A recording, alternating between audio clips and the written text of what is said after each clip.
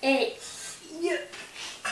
Salut tout le monde, on se retrouve pour une nouvelle vidéo. Donc aujourd'hui on est dimanche, donc dans 2 heures je dois mettre la vidéo en ligne, donc je vais faire vraiment très vite. Donc aujourd'hui on se Pardon. Donc aujourd'hui on se retrouve pour une nouvelle vidéo, donc ça va être 10 conseils pour bien réussir son année scolaire. Désolée, j'ai le hockey mais je viens de finir de manger.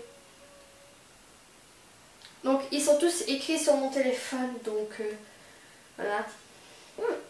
Je suis désolée si je regarde en bas, mais c'est parce qu'ils sont écrits sur mon téléphone. Donc j'espère que cette vidéo vous plaira et c'est parti. Alors conseil numéro 1, ayez un sommeil régulier. Un sommeil de bonne durée et de bonne qualité a un impact positif sur les capacités physiques et intellectuelles. Alors c'est vrai, il faut vraiment avoir un sommeil régulier. Par exemple, même le week-end, allez vous coucher à la même heure que vous allez vous coucher en semaine, parce que sinon c'est pas tellement très bon, parce que sinon vous ne vous habituez pas.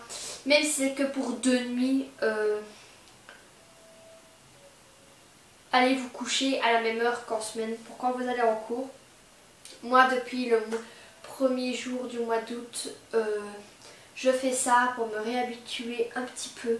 Et c'est vrai que j'ai du mal à m'endormir parce que je dors par terre en fait. Mais maintenant, vu que j'ai récupéré mon lit, je suis trop contente. Enfin, j'ai juste récupéré ma barre. Enfin, je sais pas comment on dit ça, mais bon, on s'en fiche.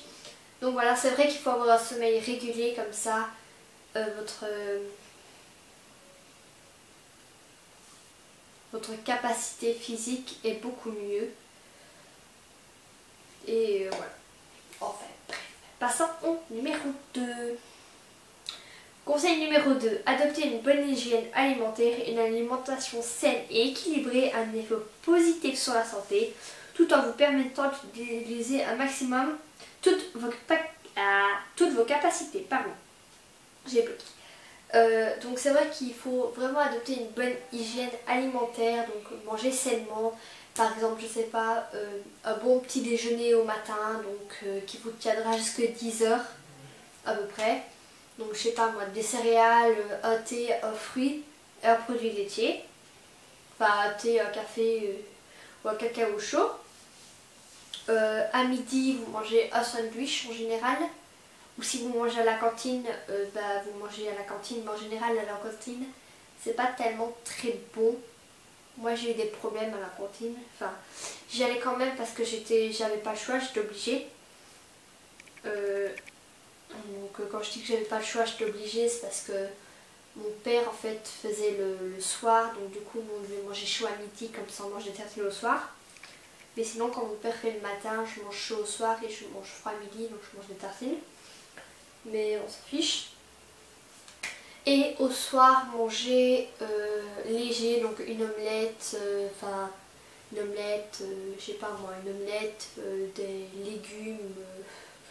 Vraiment manger léger parce que sinon, comme ça vous arriverez mieux à digérer. Et ne mangez pas des trucs juste avant de vous dormir, genre un paquet de bonbons. Et à 4 heures, bien entendu, il faut manger quand même quelque chose pour vous tenir jusqu'au soir. Parce que je sais que moi, je mange aux alentours de 17h, 18h30. Mais les Français, je sais qu'ils mangent aux alentours de 19h, 20h, voire même 21h parfois, ça dépend. Mais nous, on fait pas ça. Donc, voilà. Passons au conseil numéro 3. Organisez votre travail, apprenez à anticiper en gérant votre temps. N'attendez pas le dernier moment pour faire des exercices ou pour commencer le devoir que vous devez rendre le lendemain. Et oui, depuis que je suis en primaire, donc genre 3, 4, 5, 6, quand j'étais en 3, 4, 5, 6 primaire, donc en gros en comment on dit,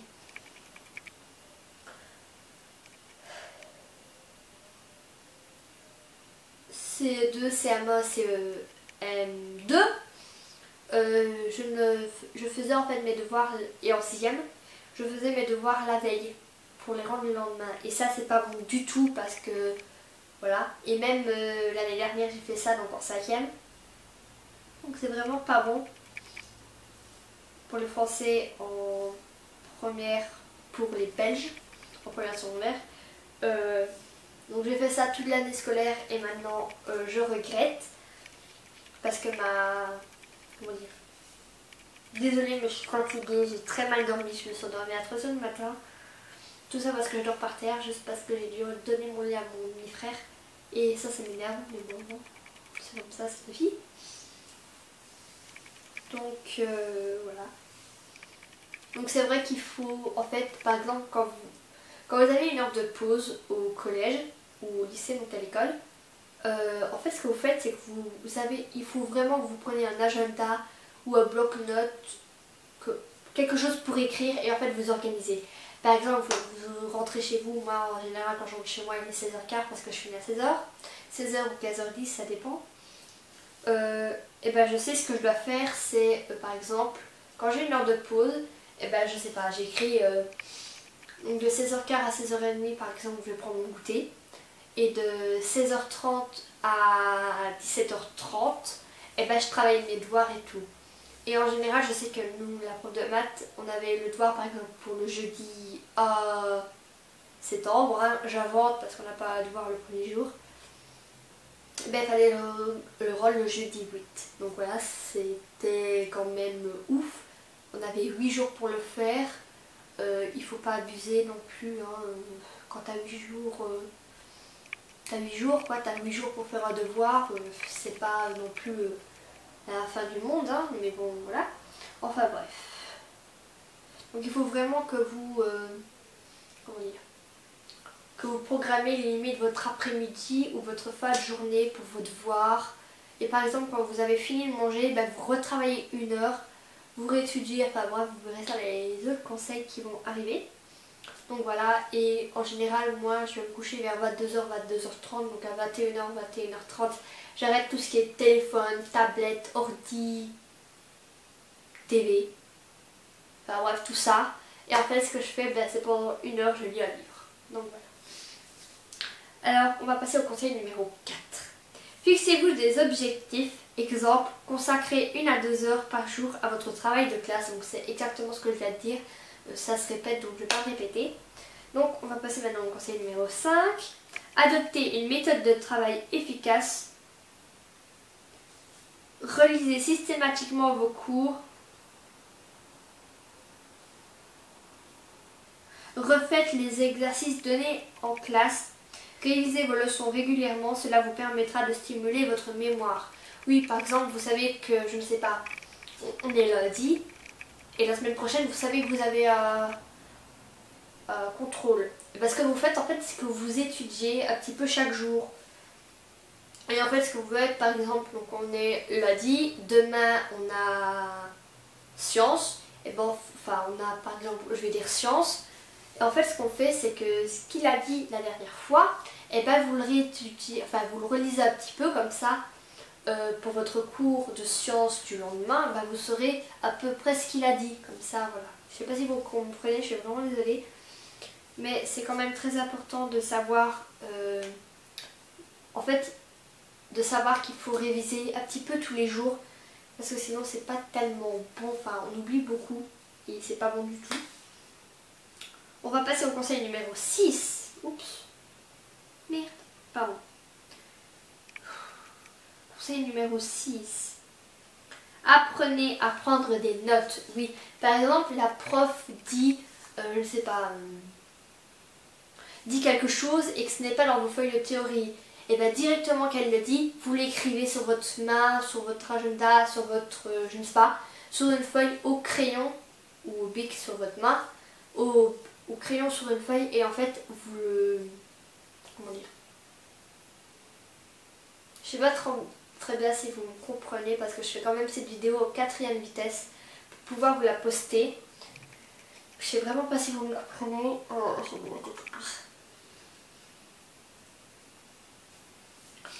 Donc, par exemple, je sais pas, voilà, oups, là je vais me répéter. Je vais redire ce que je venais de dire. Donc, par exemple, votre prof dit quelque chose mais ce n'est pas sur votre feuille de théorie, ce n'est pas sur vos feuilles de théorie, et bien c'est très simple, vous prenez un bic ou un crayon à papier et vous l'écrivez sur votre main, un crayon à papier sur du papier, un bic si c'est sur votre main ou si c'est sur quelque chose d'autre. Mais il faut vraiment prendre des notes comme ça au cours prochain, vous saurez ce qu'elle a dit. Mais par contre, quand vous serez chez vous, vous devrez vous rappeler cette phrase, ce qu'elle a dit comme ça, ce sera beaucoup plus facile. Je sais vraiment pas si vous comprenez, je suis vraiment désolée. Alors conseil numéro 7, limitez les... Je sais pas. Limitez les distractions numériques, jeux vidéo, téléphone,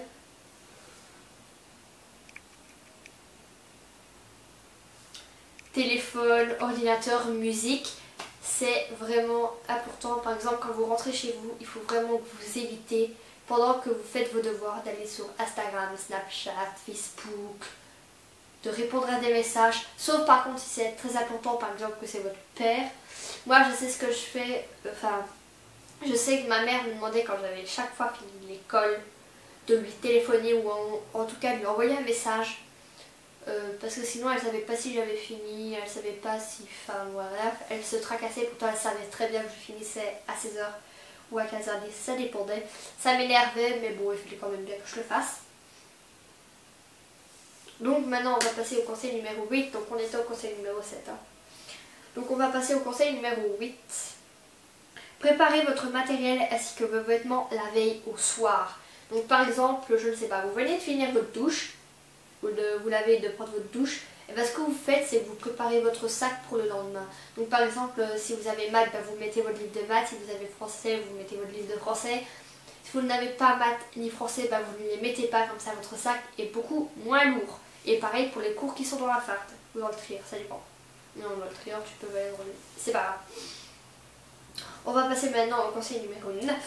Pratiquer une activité physique régulière. Alors c'est vrai qu'il faut pratiquer une activité physique régulière, donc par exemple aller courir ou faire un sport particulier. Moi je sais que pendant 2 ans j'ai fait de la natation. Désolée. J'ai fait 2 ans pendant de la natation, donc avec une prof. Donc en fait, j'avais pas des cours, mais j'avais des entraînements. Et j'ai dû arrêter du jour au lendemain. Donc j'avais 2 jours par semaine et j'allais au 3e jour à une autre piscine avec une autre madame, une autre maître nageuse. Et elle m'aidait un peu à perfectionner si je n'y arrivais pas tellement. Et elle était vraiment trop sympa. Maintenant je ne sais pas si elle travaille toujours là. Mais bon, on s'en fiche. Donc j'allais 2 fois par semaine avec mon entraîneuse. Mon entraîneuse, oui. Non, mon entraîneur, c'était un mec. Et j'allais le 3e jour à la piscine avec mon grand-père. Comme ça, je me perfectionnais un petit peu plus.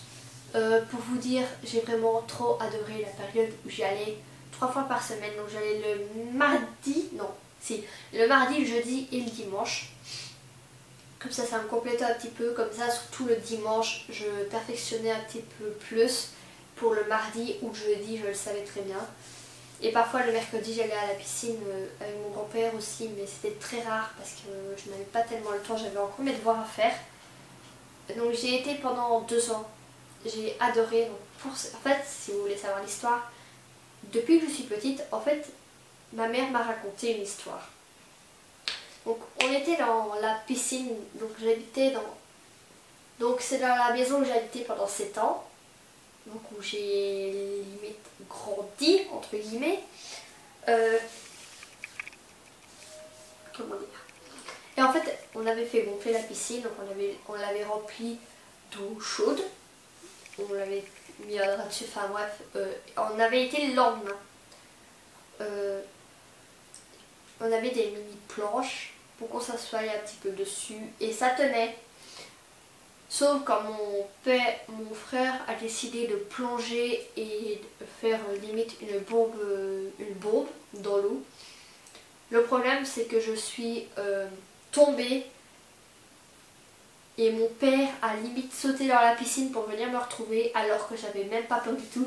J'ai dit on recommence d'après l'histoire que ma mère m'a racontée.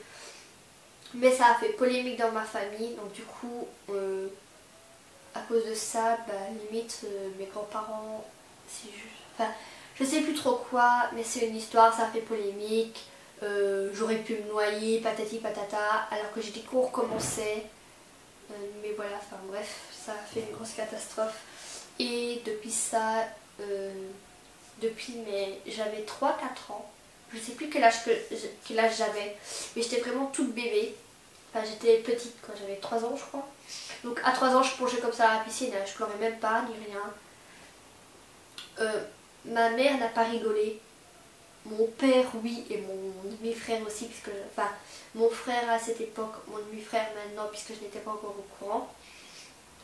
Donc voilà, ça a fait polémique dans ma famille, enfin bref, tout ça. Enfin bref, et depuis, et ensuite mon grand-père m'a fait faire un stage parce que je devais aller dans, en fait, on devait partir dans le nord de dans le sud de la France, pardon, et on avait une petite maison, donc c'était une maison de une chambre avec un grand salon et un clic-clac, donc je dormais sur le clic-clac et j'étais avec mes grands-parents. On avait une piscine et mon grand-père en fait, pour être sûr, voulait tout simplement que je fasse un stage avant de pouvoir aller en vacances avec eux pour être sûr. Le stage, je l'ai passé, j'ai eu mon diplôme, j'ai eu aucun problème avec ça. J'ai même juste adoré. Désolée si vous entendez le bruit, c'est juste toute ma famille qui est en bas. Enfin, mon père, ma mère et mon frère qui jouent en bas. Donc voilà. Donc du coup j'ai fait un stage et après j'ai dit à mon grand-père que j'adorais, que je voulais continuer. Alors du coup j'ai eu une entraîneuse, donc on était plusieurs. On était avec les enfants de sa patronne. Donc voilà. Et je m'étais super bien amusée. Et après 2 ans j'ai dû arrêter à cause de mon oreille. Ils font chier en bas. Mais il m'énerve. Donc après 2 ans j'ai dû arrêter à cause de mon oreille. Donc pour celles et ceux qui le savent, j'ai eu une tumeur bénigne à l'oreille droite et ça a tout doucement commencé à l'oreille gauche. Donc je me suis fait opérer quand j'avais 5 ans, pardon. Des oreilles, j'ai eu des drains. Je me suis fait également à ce moment-là opérer du nez et des ganglions. On m'a enlevé les ganglions. Je me suis fait opérer 5-6 fois après. Donc c'est vraiment cauchemar. Je ne demande à aucun enfant de subir ça. Et pour que je vous aide un petit peu à me situer, j'étais une des seuls jeunes enfants à avoir ça. On n'était pas beaucoup, mais en fait, la veille de mon opération, j'ai été chez le chirurgien. Et le chirurgien m'a dit il n'y a aucun problème, l'opération durera à peine une demi-heure. Oui, bon, popotard, elle a duré 4h30. Moi, j'ai rien senti, pas justement, mais ça a retardé tous les autres clients. Donc, on est arrivé là, il était 8h. On m'a pris en charge à peu près dans les alentours de 9h. Et de 9h, donc 4h, donc il était à peu près 15h, 14h. Et je me souviens de la date, on était le 30 juillet. Je l'ai senti. Hein. Et pour vous dire, j'ai eu mal. J'ai dû rester 2 jours à l'hôpital, 2 jours, une nuit. Je l'ai vraiment très mal vécu parce que je ne supporte pas ne pas dormir dans mon lit. C'est vraiment insupportable. Donc voilà.